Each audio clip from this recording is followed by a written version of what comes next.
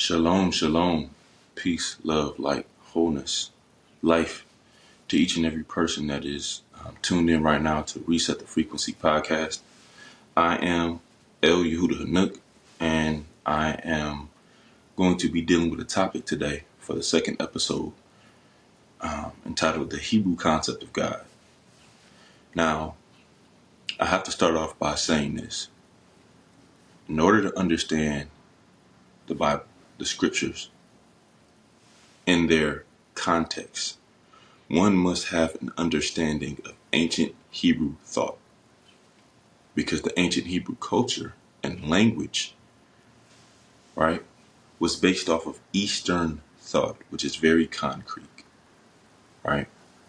So I'm going to start off by saying this.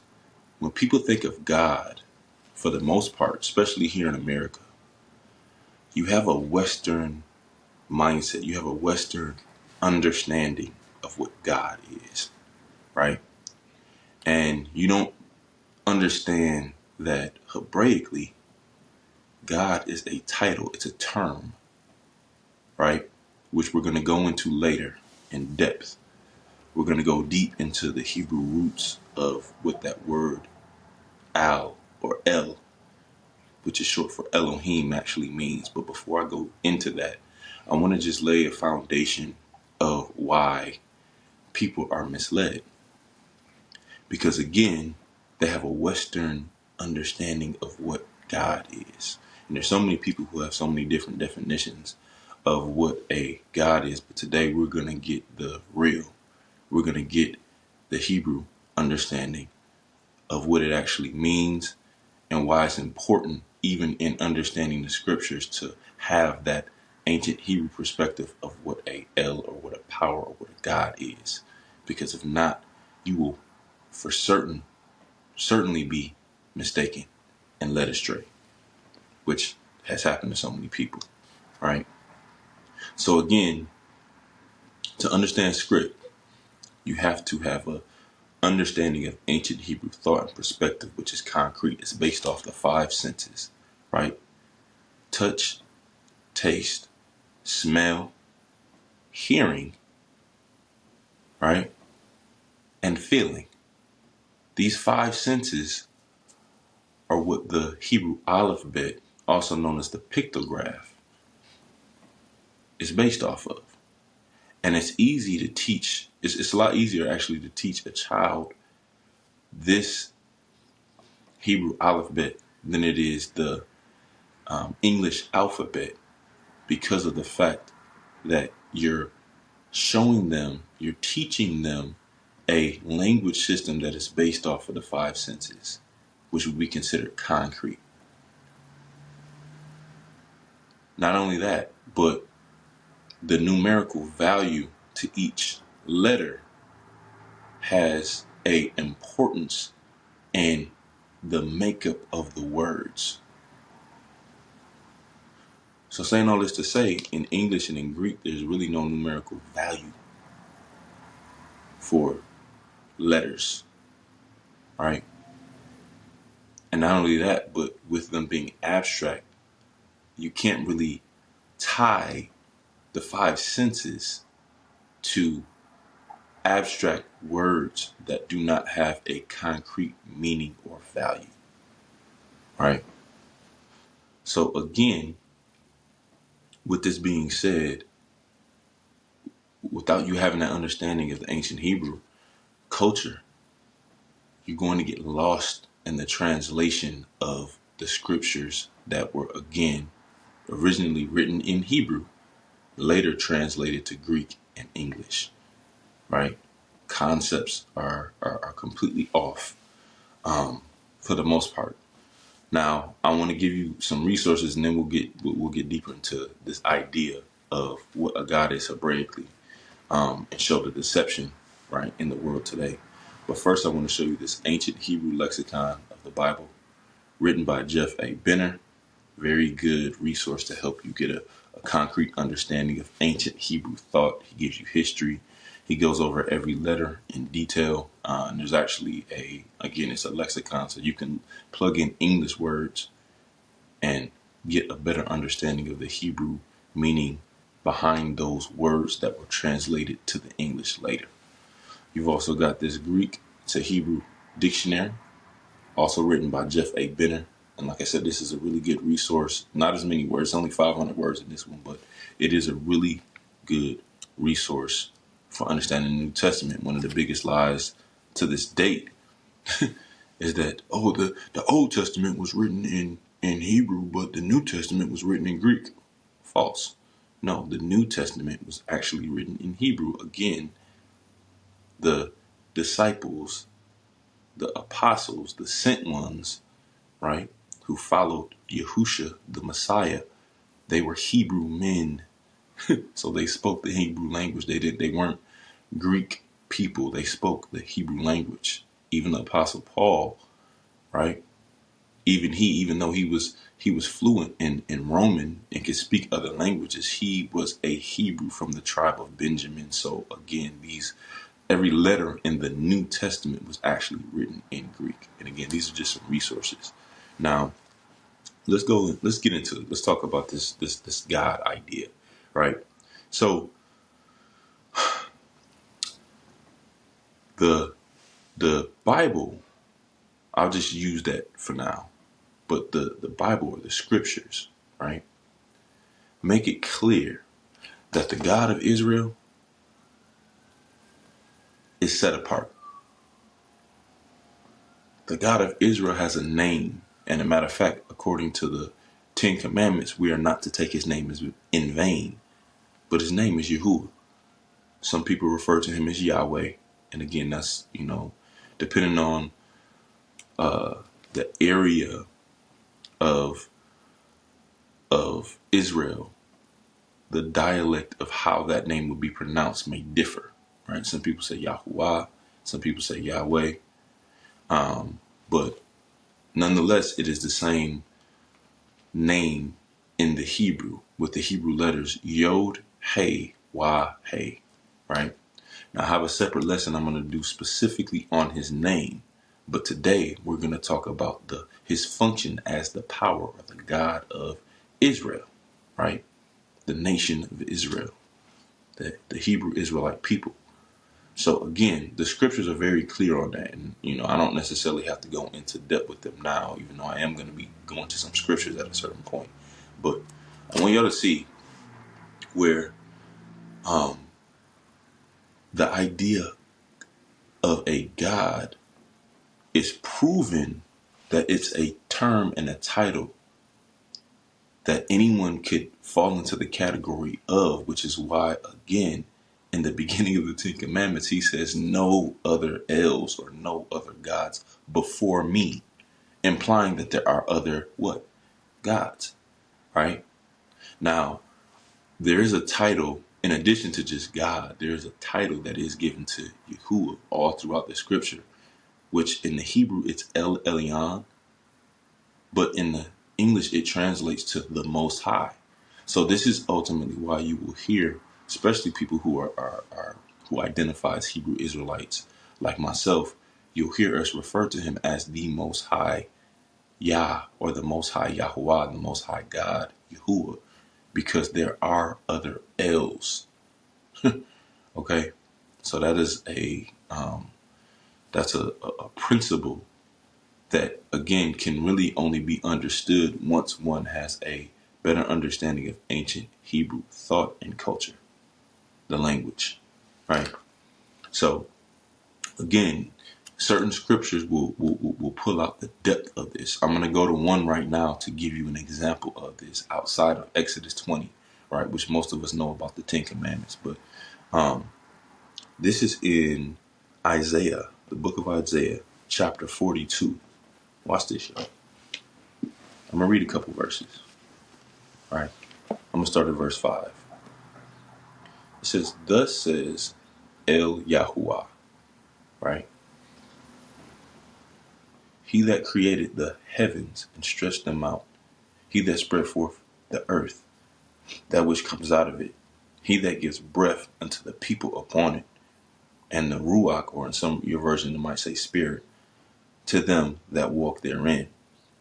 I, Yahuwah, have called you in righteousness, and will hold your hand and will keep you and will give you for a covenant of the people, for a light of the other nations, to open blind eyes, to bring out the prisoners from the prison, and them that sit in darkness out of the prison house. Now watch this. This is the key verse I want y'all to kind of see the personalization of him being the El, or the God of the Hebrews, and him setting apart his name. Watch this, y'all. Verse 8. I am Yahuah. That is my name. And my glory or esteem will I not give to another. Another what? Another God. So again, these verses already show you how particular Yahuwah is in setting his name apart from all the other Els, or all the other gods in existence. Right? Neither my praise to graven images. Now, again, his name has a meaning, and if you were to read the verses that I just read in the majority of translated scripts, like I'm reading from the Sefer Bible, by the way, right, which is really good because it gives you the Hebrew names, right? Sefer Bible, right? It gives you the Hebrew names. It also gives you a good understanding of why, again, ancient Hebrew concrete thought is important when reading the scriptures. But every time you see the name Yahuwah in the original scriptures, it has been changed in the English versions to the Lord. So what they did was they removed the name Yahuwah and they replaced it with the Lord. But it doesn't even make sense when you read it from even from a grammar perspective, right? From an English grammar being correct, from an English grammar perspective, it doesn't even make sense when you read and he says, my name is the Lord. What? No, he has a actual name that implies more than just a title, right? And again, I'm going to do a separate lesson on it, but his name actually means the hand that gives breath and life and function, right?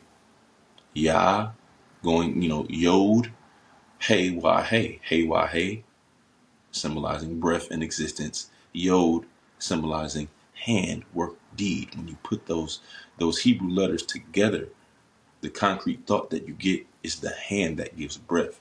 That is what Yahuwah, or Yahweh's name, means. All right.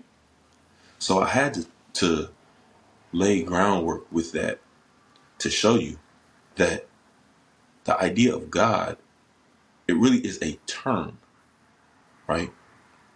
Now, according to Western thought and Eastern thought, the terms are similar, but they mean different things. So I'm going to give you this definition for God in the English, right? Watch this.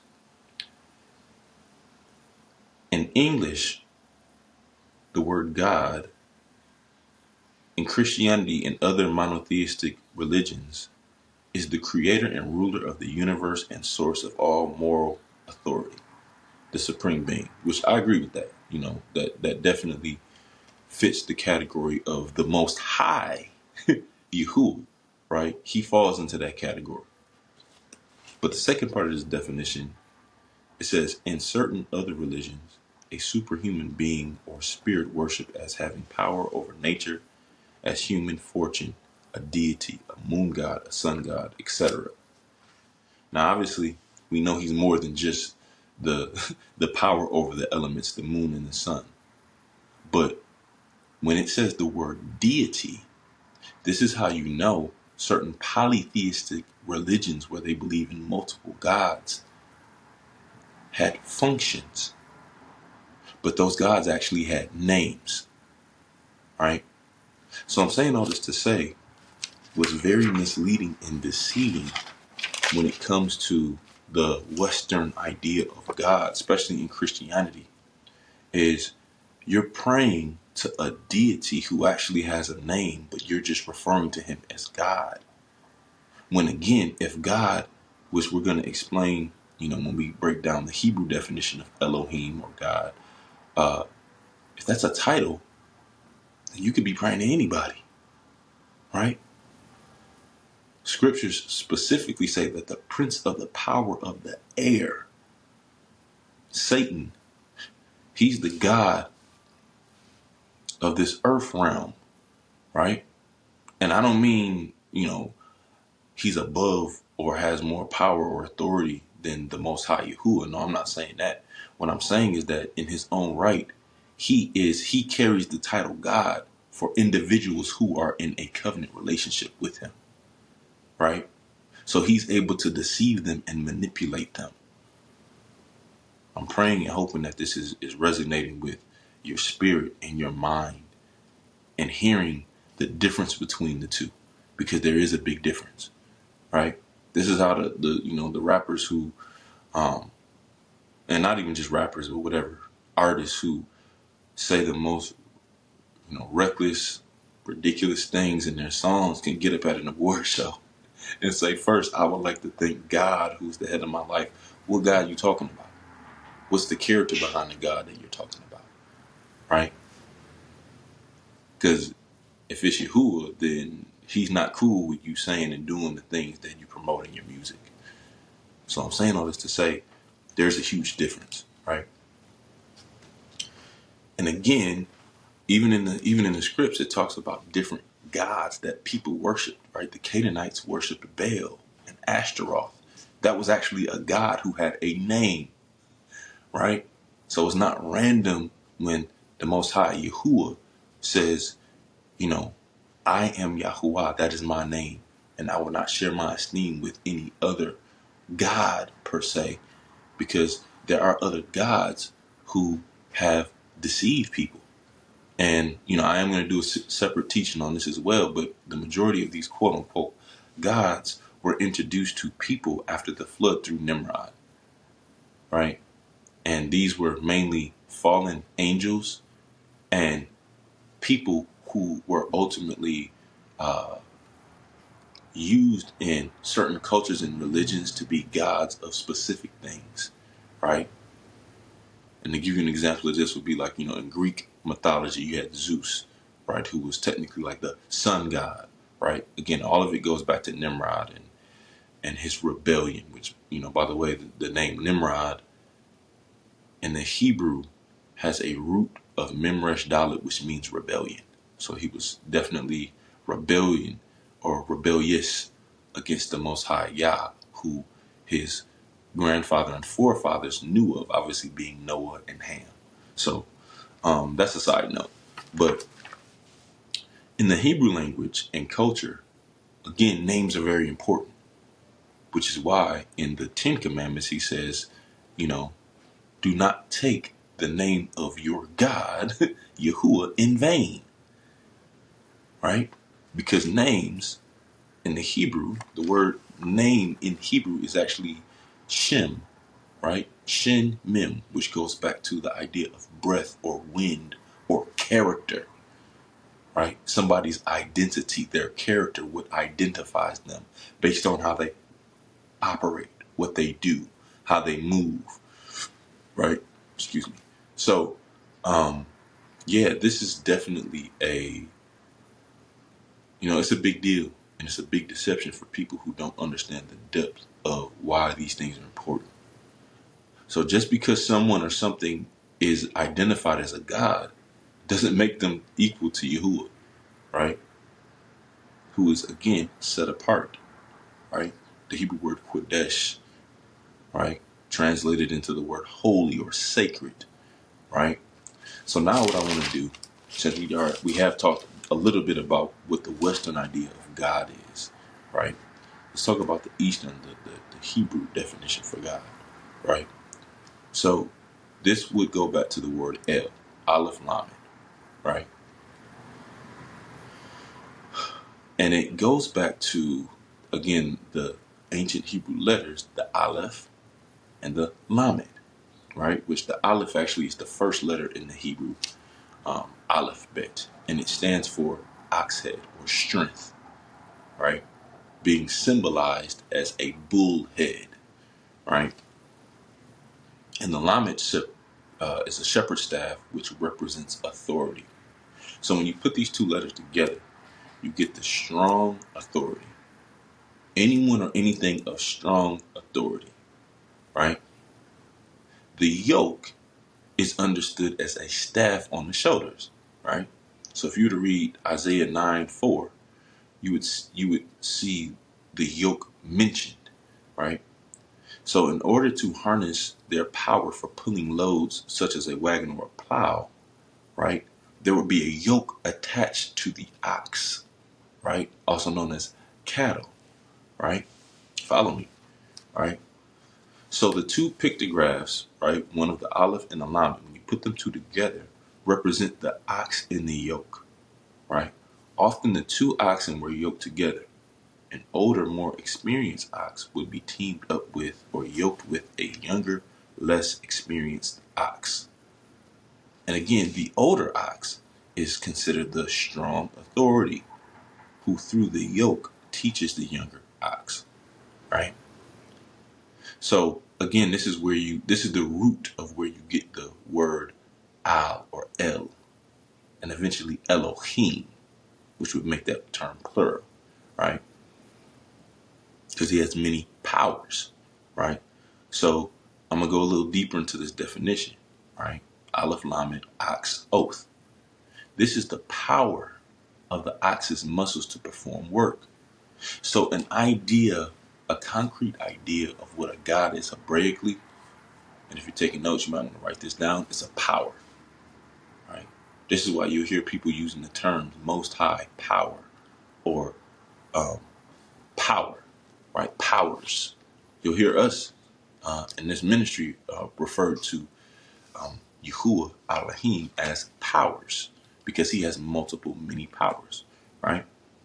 Aleph Lamed, power. One who holds authority over others, such as judges, chiefs, and gods, in the sense of being yoked to one another. So again, a person who is labeled as a judge, right? Let's take somebody like Gideon, right? You'll see at a certain point where the Most High uses him as a deliverer to deliver his people, but he's considered a power or an El who is underneath the Most High El, and he is actually a person, right? So again, Hebraically, a judge can fall under this category of a god. A chief, right, the leader of a family, can fall under this category of a god or a El. But it doesn't mean that he himself is the Most High El, because there is a difference. I'm hoping that this is painting a picture of how ancient Hebrew concrete thought gives you an understanding of what a god or Elohim is, right? So again, you got power or the muscles to perform work. Then you get power, one who holds authority over others, such as judges, chiefs, and gods, in the sense of being yoked to another. Now, this last part of the definition is probably one of the most important parts of the definition, which is how you know and can see a pattern in how Yahuwah is separate. He's set apart. He's separated from other gods. So you add a hey onto the Aleph and the Lamed, and you get the title or the word Allah. Yeah, Allah. Sound familiar? Because Arabic is a Semitic language, just like Hebrew is a Semitic language, the term Allah just means God. So for people in Islam, right, who identify with the Muslim faith, the term Allah, it just means God. It just means a power, right? But I'm going to go give you a deeper understanding of what this idea of Allah means, right? The yoking together of two parties. So it goes back to swear and yoke. And I already explained to you what the yoke is, how the yoke connects the older, more experienced oxen with the younger, less experienced oxen, right? So a treaty or covenant binds two parties together through an oath, which would be also considered as a yoke. The oath included blessings for abiding by the covenant and curses for breaking the covenant. And you can read about this in Deuteronomy 28. The God of the Hebrews, and again, I'm getting this from the ancient Hebrew lexicon. This is where I'm getting this exact definition from, the book I showed you earlier, right? The God of the Hebrews was seen as the older ox yoked to his people in a covenant relationship, right? So the third and most powerful element of what a God is the fact that a God is yoked to a people in a covenant relationship, right? So this makes the Ten Commandments make even more sense as to why Yahuah would tell his people, no other Els before me, no other gods before me. Why? Because I am the most high God, Yahuah, who am connected to you through a covenant relationship. So no, you don't have any idols. Why? Because the majority of these other Els had idols that were associated with them, right? Hope this is making sense. So again, according to the Hebrew language and culture, a God is in a covenant relationship with his people, right? Proof that Yahuah is not only the supreme being, most high, but watch this, that he's all about covenant, right? And what do they teach in Christianity? That covenant is done away with. No, that's a deception. The covenant is not done away with, right? The renewed covenant, which is, highly, the topic of interest in the New Testament, right, which the Messiah, Yahushua, talks about. He literally says, think not that I have come to destroy the Torah or the old covenant, but I came to fulfill it. So I'm mentioning this to tell you that the idea of covenant relationship is one that can never be thrown away, right? Now, I know there's a lot of questions that a lot of people have on that, and I'm going to do a separate teaching on the New Testament as well as a separate teaching on the Messiah, Yahushua, and his role, right? Who and what he is. But for now, I want to stay focused on this idea of God Hebraically, because when you understand this, it makes so much more sense as to why we are to be set apart from the rest of the world, right? Understanding who and what God is. Man, there's so many gods. There's so many covenants out here that people have entered into, and the majority of them not with Yahuwah, right? There's only a small remnant. So again, when the scriptures, when the Messiah says, right, the straight and narrow path is the path that leads to life, everlasting life, and the wide way is the way that leads to destruction, you got to think about wide meaning more people. The majority of people are choosing a wider path, right, that does not have concrete, specific goals and destinations going back to what is written in the scripts, right?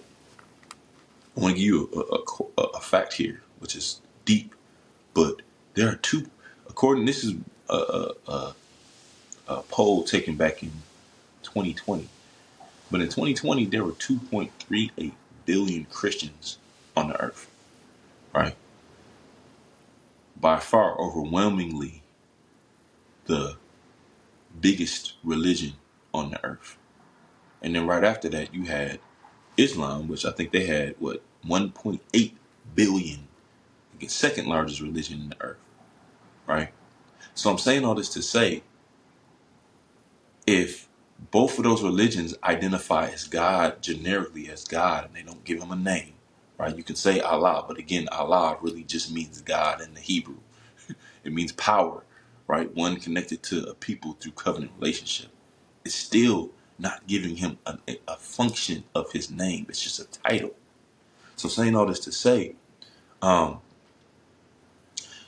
there's major deception in that, because a lot of people think that they're praying to and following the God of the Bible when they're actually living a life that is 100% outside of the covenant relationship terms that make the people set apart unto Yahuah in covenant relationship. Because again, in Christianity, they teach that the Torah is done away with. And I tell a lot of people, okay, if you really believe that the Torah or the instruction of the Most High is done away with, why don't you go and murder somebody? Why don't you go and commit adultery?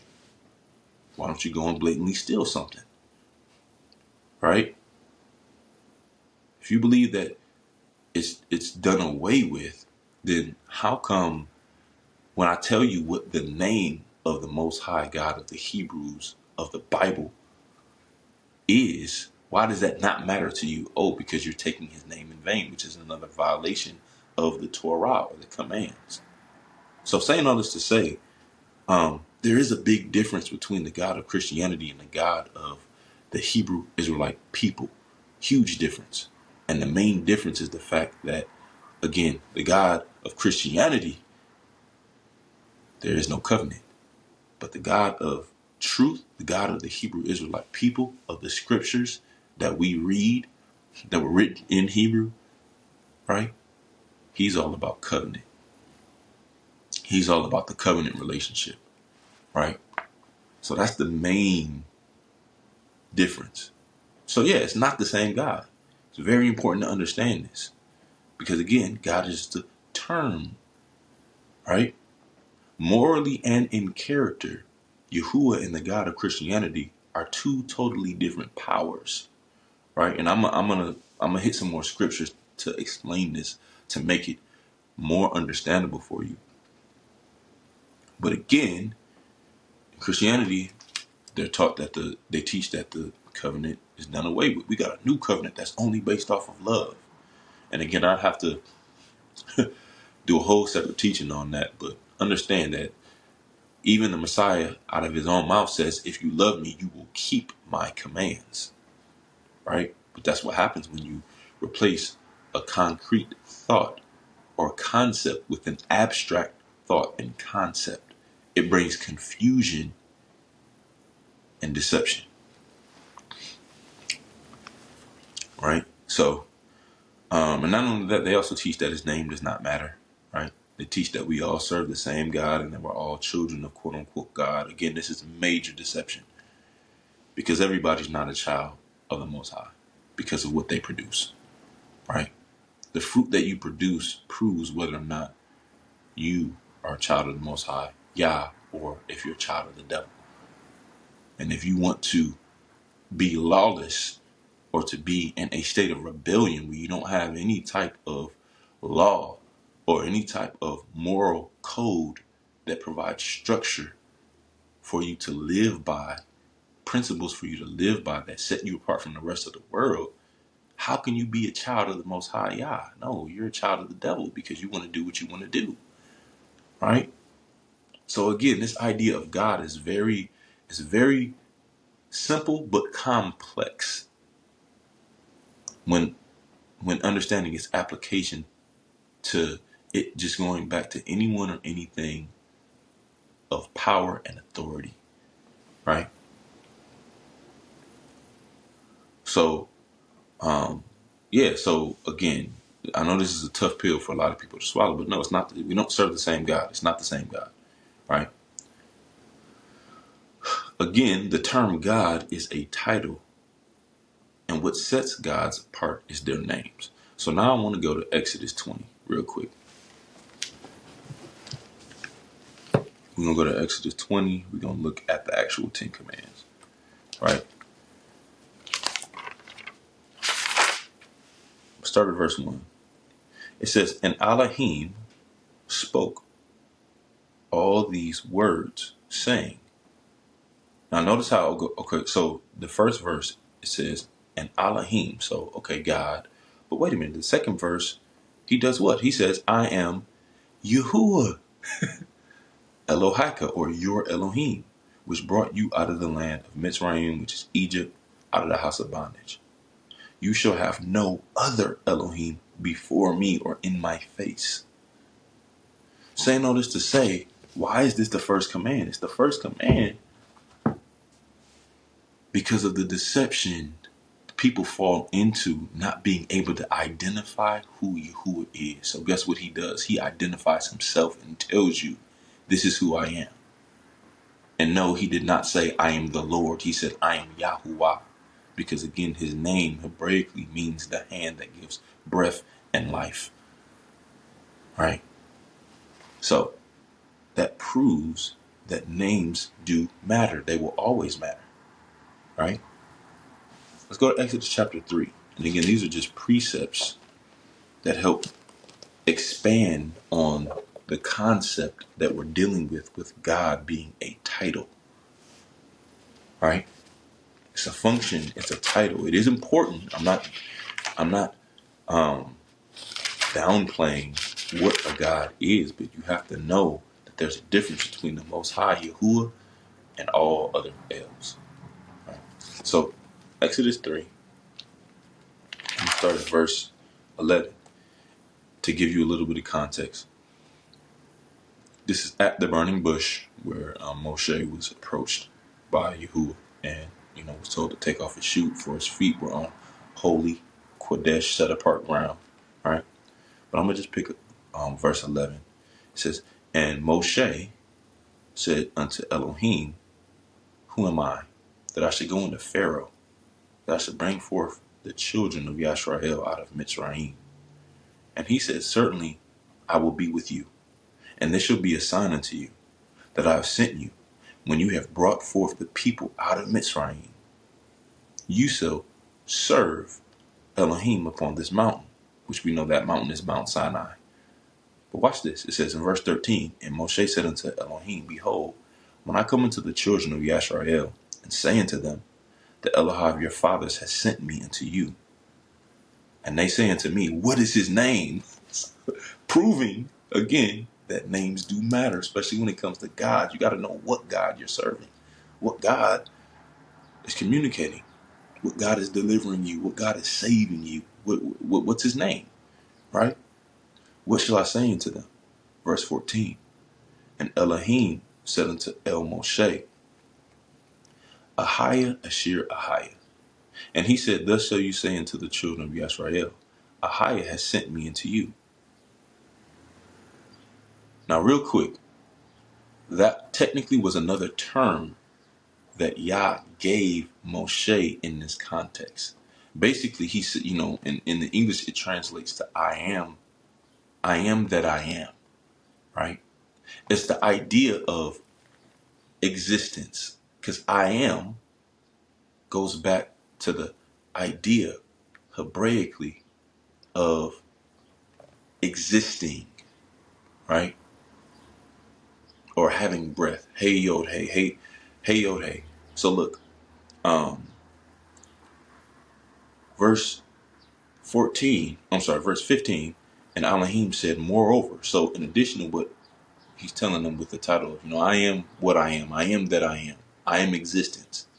Verse 15, he said, moreover unto El Moshe, thus shall you say unto the children of Yisrael, Yahuwah, here we go, Elohai, or God of your fathers, the Elohai of Abraham, the Elohai of Yitzhak, and the Elohai of Yaakov, has sent me unto you. And look at what he says. This is my name forever, and this is my mention unto all generations. So he makes it crystal clear what his name is. And it's not Yahuah Asher Yahuah. He says Yahuah. Why? Because of the identity and the character, the function of what Yod Hey Wah Hey means and represents. And it's the hand that gives life and breath, purpose, and a bunch of other things, which again, we'll deal with that probably next week when we deal with the name of Yahuwah, right? Or, some people refer to him as Yahweh, but we refer to him as Yahuwah. So, saying all this to say, he's so clear. When you pair that with what we just read in Exodus 20, and then when you pair that with what we read earlier in Isaiah chapter 42, you clearly see that Yahuwah does not play about his name. He is set apart from all other gods, right? And he makes a distinction so that people don't get confused on what God they're talking about when they're referring to him, right? Hallelujah. So I just got to put this out here because, like I said, with the Western abstract thought of this God concept is so confusing and it doesn't make sense. But again, in the Hebrew, it makes so much sense. There's only one Most High, right? And that's Yahuah. Now look, this is another point I have to make here. And I know I said this earlier when you heard me reference the prince of the power of the air. But I want you to understand this. Satan, also known as Hasatan, which really just means the opposer, the opponent, the adversary, the person who comes to oppose, right? Or the resistor, which I'll do another teaching on that, breaking down his name and what that means. But that's all it means. He's the opponent. He's the one that doesn't want to see you reach salvation. He's the one that doesn't want you to have this true understanding of what God is so that he can keep you deceived, right? Which, again, that's another name for him, the deceiver or the tempter, right? When you read the scripts, watch this.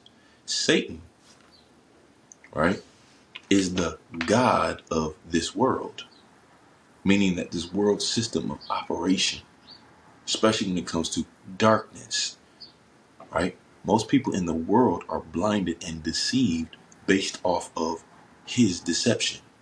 So think about the Garden of Eden, right? He deceived, I know you might know her as Eve, but her actual name is Chua. He was able to deceive her by telling her, if you eat of this fruit of this tree that Yahuah told you not to eat from, you will be as a god. You'll be able to see as a god, right?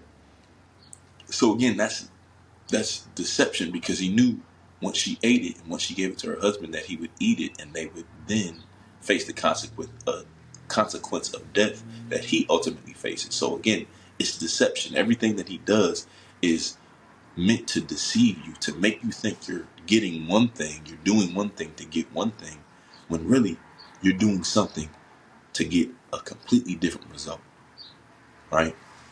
And again, the Hebrew word for deception is the word shagah, which means to be led astray through error, right? To be led astray, to be led down a path that isn't the straight and narrow path, right? Led down a path that actually leads to death and destruction. So, 2 Corinthians chapter 4 talks about this. And again, this is deep because most people don't see it this way. They just, hey, I pray to God and he responds. It's like, okay, well, understand that there's more than one idea of God. And most of the time when you're talking about quote unquote God, right? And it's leading you to live a lifestyle that is contrary to this way of life that's in this script, oh man, it's deception, right? So 2 Corinthians chapter 4, I'm just going to read verse 4, right? It says, in whom the L of this world, or the in other versions, it'll say, in whom the God of this world has blinded the minds of them which believe not, lest the light of the glorious or the esteemed Basora, which is, the gospel, which I'm going to go deeper into that because it's deeper than just the English meaning of gospel. It really goes back to news, right? Or the report of Mashiach, or the Messiah, who is the image of Elohim, should shine into them, right? Now, in its context, this letter to the Corinthians, or the assembly at Corinth, that the apostle Shaul, also known as the apostle Paul, wrote, he's talking to them about how the God of this world has blinded the minds of people who do not believe the report of the Messiah.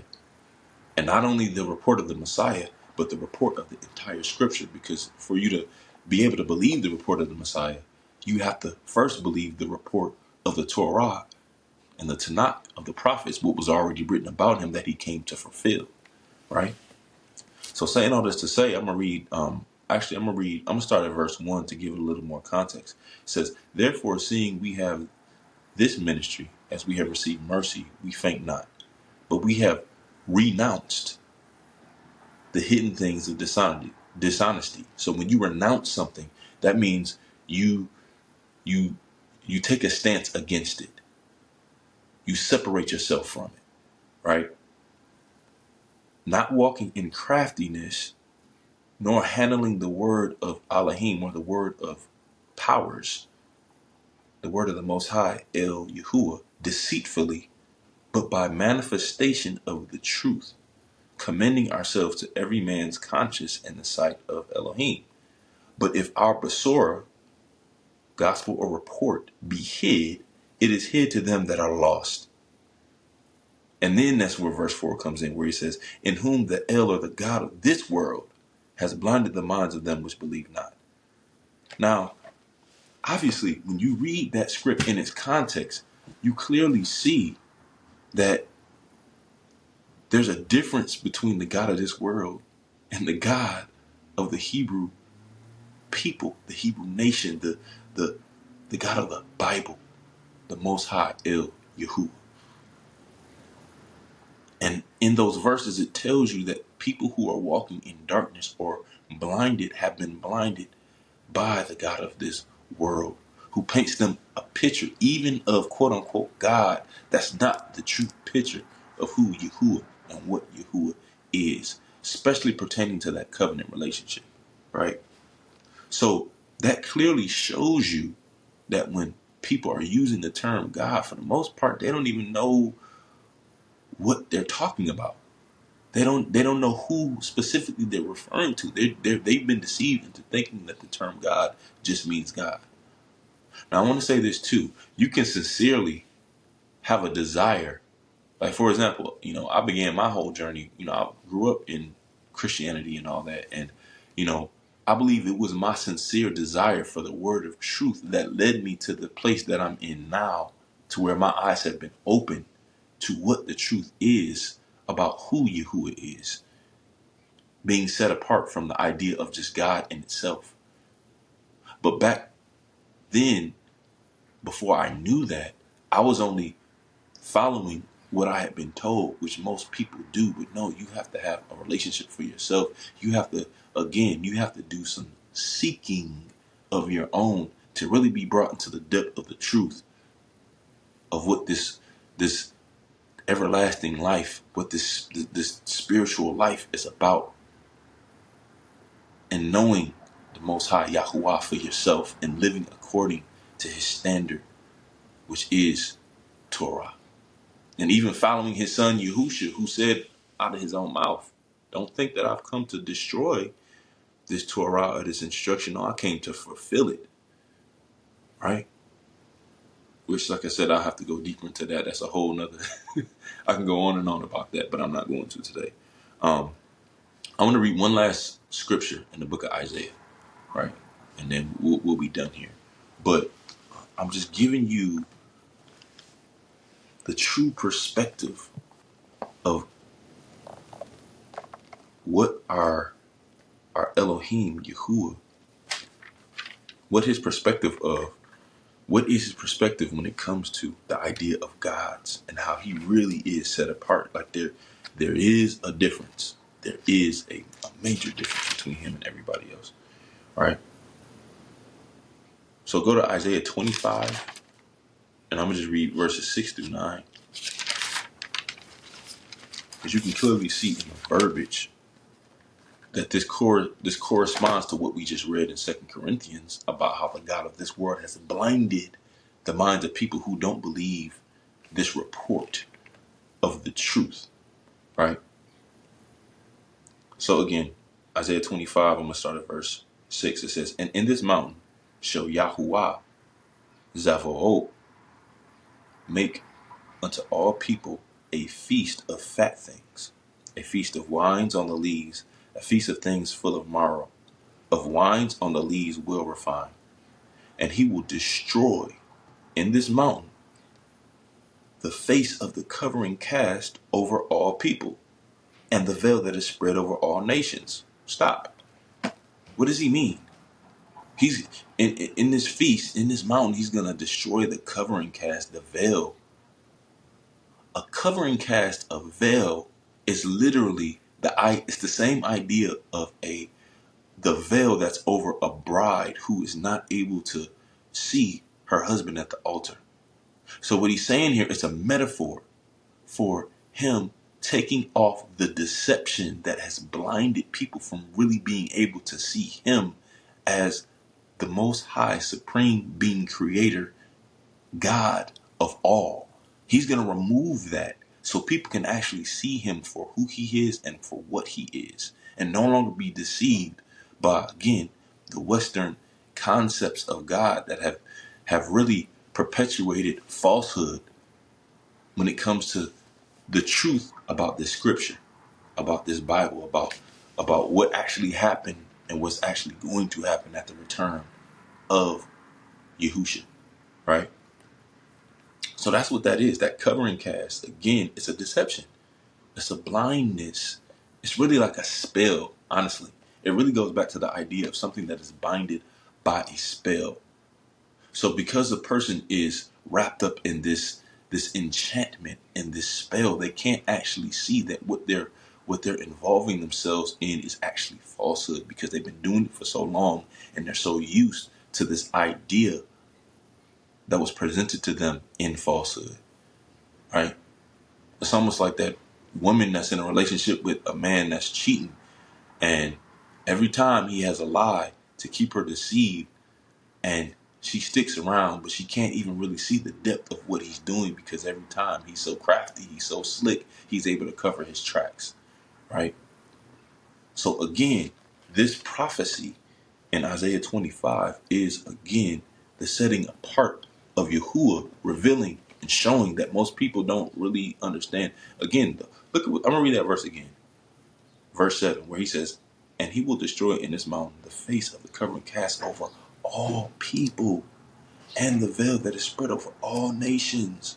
Why? Because, again, all nations, with the exception of Israel, and even Israel has a has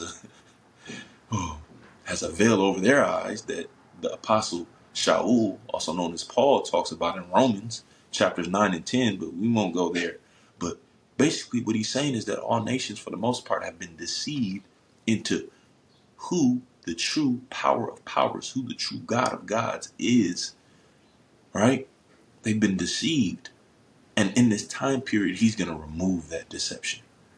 Hallelujah. So this is what he's saying. And I'm going to read verse 8. It says, he will swallow up death in victory.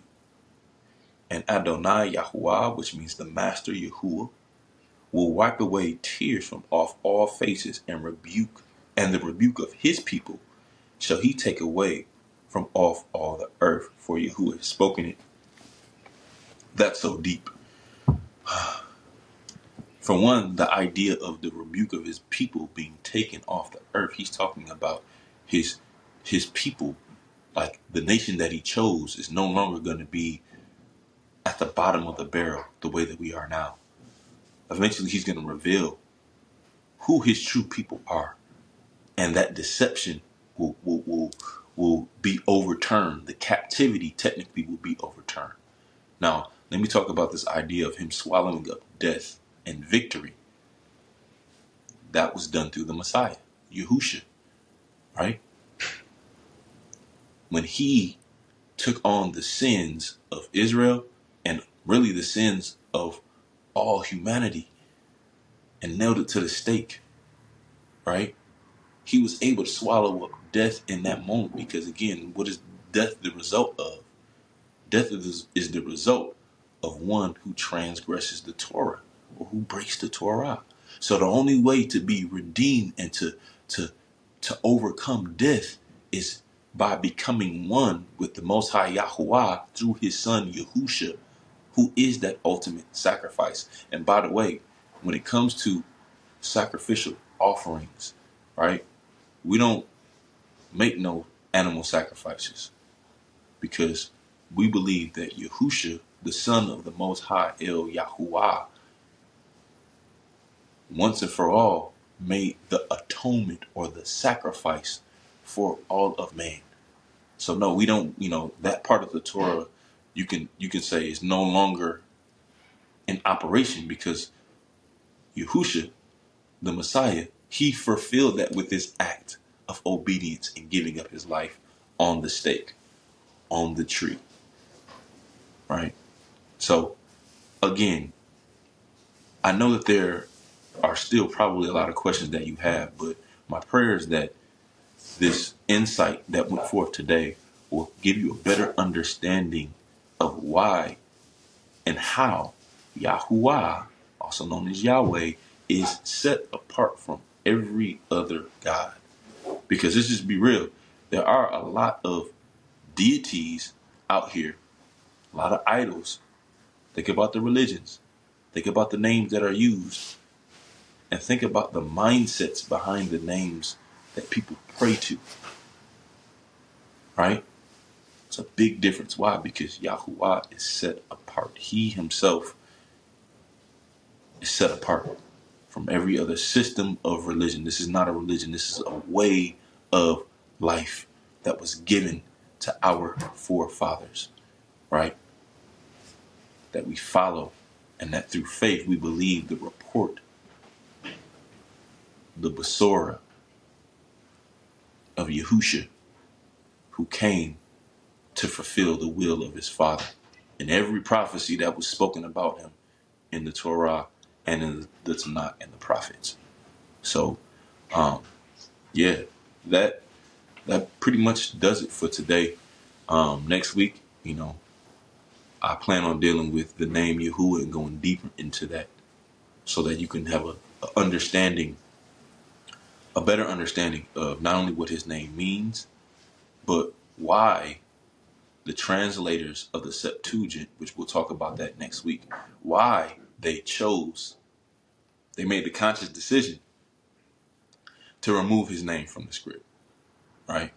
We're going to talk about all of that and probably more next week. But again, the bottom line here is you got to know that there is a difference between the God of the Bible, the God of the Hebrew people, Yahuwah, the Most High, El Elyon, and every other quote-unquote idea of God, especially when it comes to these mainstream religions like Christianity and Islam, because, again, the name matters. The character, the identity, the covenant, the relationship, it all matters. It has always mattered and will always matter. So, that being said, I'm going to conclude. I love you all. Peace, love, light, wholeness. I will see you all next week. Shalom, shalom.